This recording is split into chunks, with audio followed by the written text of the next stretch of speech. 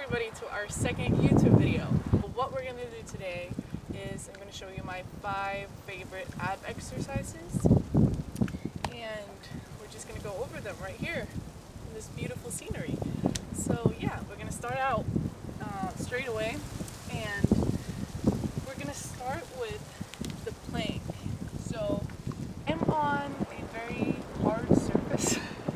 I'm hoping that my elbows won't die, but what we're going to do is we're just going to lay down right on our mats. We're going to place our feet onto the ground or the floor, wherever you are, and you're basically going to keep tension throughout your entire body. So once we lift our bodies up, you're gonna use your entire legs and your glutes and your stomach and your shoulders and your arms to keep yourself in a straight plank. So you're gonna place your forearms right down on the mat or the floor. You can hold your hands together if you want to, or open them up and keep them right straight ahead. That's up to you. So what we're gonna do is find a good place where you can place your elbows. That was kind of hard. And then you're gonna lift yourself up. And as you can see, I'm trying my best to keep myself in a straight plank, not letting my groin touch the ground or fall to the ground at all, and keeping my shoulders straight so I'm not falling over like this. That was actually very hard. Keeping my shoulders very nice and tight, keeping my abs nice and tight to hold myself up. And what I like to think about when I'm doing this movement is to try to like roll your hips forward. So that way you're kind of squeezing your abs together. So if I don't do that, then I tend to do this. I tend to like go into this banana shape. We do not want that. So hips forward, kind of, I guess, arching our back, but we're trying to keep it straight, as straight as possible. So I'm squeezing my thighs for all that I'm worth. I'm trying to keep my shoulders upright for all that I'm worth. Everything is just nice and tight throughout your entire body. So try to do this for 1.5 minutes and you're going to feel it, I promise. We're going to move on straight away to this half V-up type of thing. I'm trying my best not to put my feet onto the mat because my shoes are very dirty. So what we're gonna do is find a nice placement for our backs. What we're gonna do is keep one leg just bent and right nice and firm on the floor or the ground.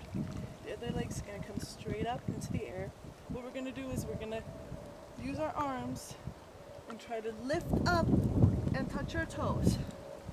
Coming back down, lift up, touch the toes, right back down. Lift up, come back down. So the leg stays up, coming down, come up. And what you're not trying to use the momentum as much from your arms right here, because that way you're not working your core as much. So just lift your arms up, and then from here you're gonna squeeze your abs to lift yourself up. If you want to keep your arms up all the time to reduce the momentum kind of use, then that's fine too.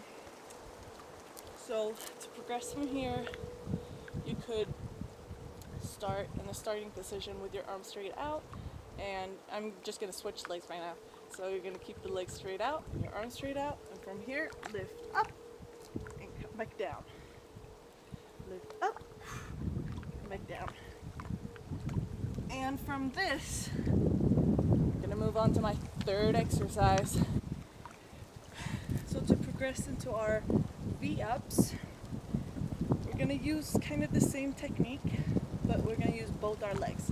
So the legs are gonna go from out here, and we're gonna work them up all the way up. Our arms, same thing. Out as far as we can, up, work them towards our feet. And now see, I'm not the most flexible person, so if I'm keeping my back straight, I can't fold over more than this. So don't expect to be able to fold all the way, gymnast or a dancer, or you're just extremely flexible. If you can, that's awesome, but I personally cannot because my flexibility won't allow me to. So what we're gonna do, it's kind of like a decline here too, so that's kind of hard. But what we're gonna do is just go from straight out, and we're gonna lift our feet straight up into the air, our arms straight up into the air, and try to fold ourselves double. Right here. Coming out, and up. Out, and up. This is a very hard exercise, but I promise you, you will feel it. It's great. So what you can think about when you're doing this is just try to find a surface that's flat, because this was extremely difficult. And if you have a yoga mat, that's great because it kind of takes some of the hardness off of the floor. So I highly recommend that. If you don't, that's fine. Use, like I'm doing, a sweater or a pillow or whatever it is you can find to just place underneath your back, because it kind of does hurt a little bit. But just try to keep your legs as straight as possible once you fold up. Same with the arms. If this is too heavy, like after a couple reps, I'm kind of done. So just try to work without the arms. All right, so let's move on to our fourth exercise, which is a bicycle crunch. And the reason I like this one is because it kind of targets your side abs more so than the straight abs, I guess. Your obliques, right? That's what they're called. We all know just a regular crunch, right? Right here, working straight up and down. What we're gonna do is we're gonna bend one knee up towards ourselves, and we're gonna twist that shoulder towards that knee. So most people use their elbows as a guide. That's fine.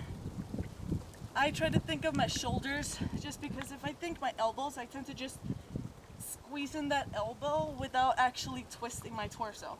So I want that twist. So I'm thinking my shoulder towards my knee. So shoulder, knee.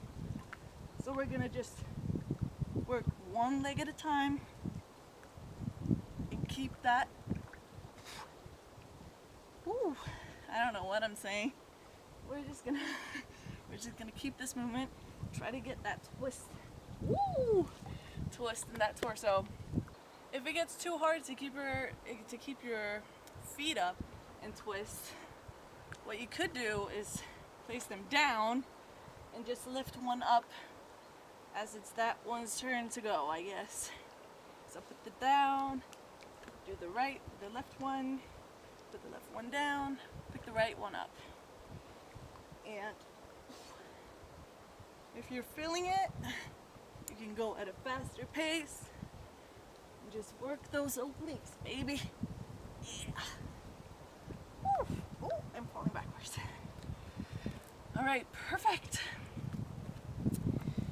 So that was 4, right? So the fifth and last one, I think. Plank, V-ups, the half V-ups, and this one. Yes, okay. So the fifth and last one, so it's another version of the V-ups that I showed you. I am pretty sure that this is a yoga pose, so for all you yogis out there, you probably already know this one. I call it the boat pose. I don't know if that's like accurate or not, but I am pretty sure it is. So what we're gonna do is we're gonna keep our legs straight.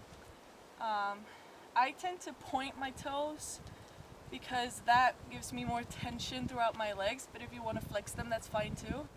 Just lift your legs, try to keep them as straight as possible, and same for your back. So we're gonna keep our, I'm trying to balance on this rock and it's not the easiest thing I've ever done in my life, but we're gonna keep our back straight and our legs straight.